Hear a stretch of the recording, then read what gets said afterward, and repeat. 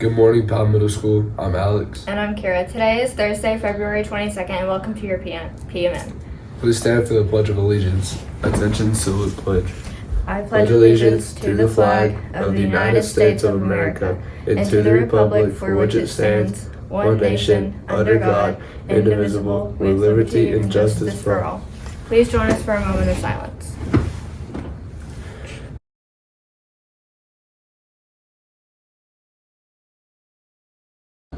Track practice today will be at Powell High School beginning at 5 o'clock. Powell Middle School Cheer is having an interest meeting on March 27th, 6 to 7 p.m. in the PMS library. The next Watershed Club meeting will be today from 3:45 to 5 o'clock. We will be meeting in the yearbook room. Please come prepared to work outside. It's Aston with your weather today. Today it's going to be cloudy with a high of 61.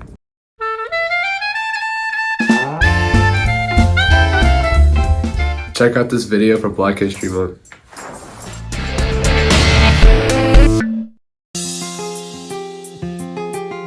Martin Luther King Jr. was born in Atlanta, Georgia in 1929. Faith was always an important part of daily life, as both his father and grandfather were Baptist ministers. He thrived at a segregated high school, graduating at 15, before heading off to Morehouse College. He then dedicated 3 years to theological study at Crozier Seminary in Pennsylvania. While earning his graduate degree at Boston University, he met Coretta Scott, who he would marry and have 4 children with. King and his family settled in Montgomery, Alabama, when he became the 20th pastor of the Dexter Avenue Baptist Church.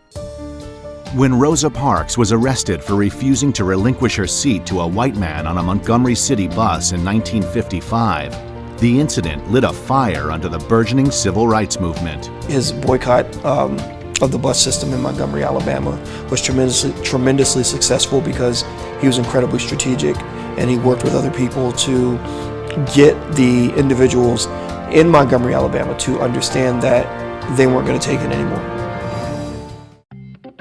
King's experience, passion for the cause, and position in the community gave him the credentials to become a leader in the 381-day boycott of the city buses. On December 20th, 1956, the Supreme Court ruled segregated buses to be unconstitutional. This was a major victory for the civil rights cause and proved King's nonviolent methods of protest could yield results. King was now the national face of the civil rights cause. He was jailed over 20 times, was once stabbed in the chest, his house was bombed, and he suffered relentless personal attacks on himself and his family. For a man of peaceful intentions, he unfortunately spent much of his life the target of violent intent, yet the threats never stopped him. Dr. King inspired thousands of people through his eloquence and through his fearlessness, especially after his home was firebombed with his wife and his children.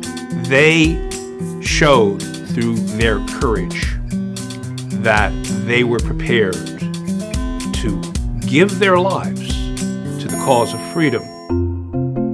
King worked tirelessly to promote the cause he so strongly believed in, and from 1957 through 1968, he traveled over 6 million miles, delivered 2,500 speeches, wrote 5 books, and dozens of articles. His hard work and ability to communicate earned him such respect that he earned the ear of President John F. Kennedy, who personally met with King.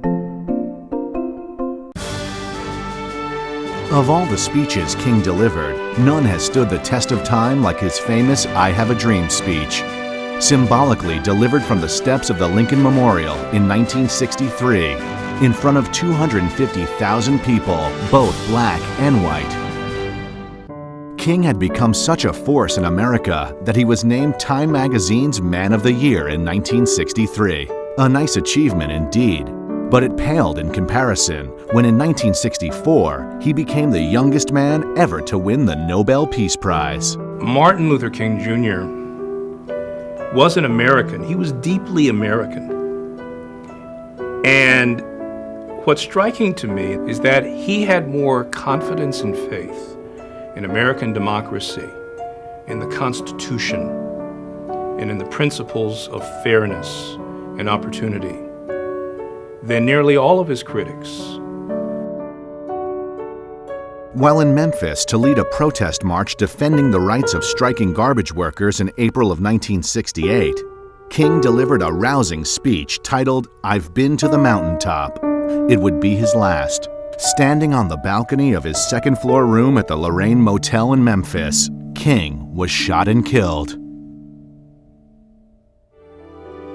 In 1983, Ronald Reagan signed a proclamation declaring the third Monday of every January Martin Luther King Jr. Day, a public holiday to celebrate the man and what he stood for.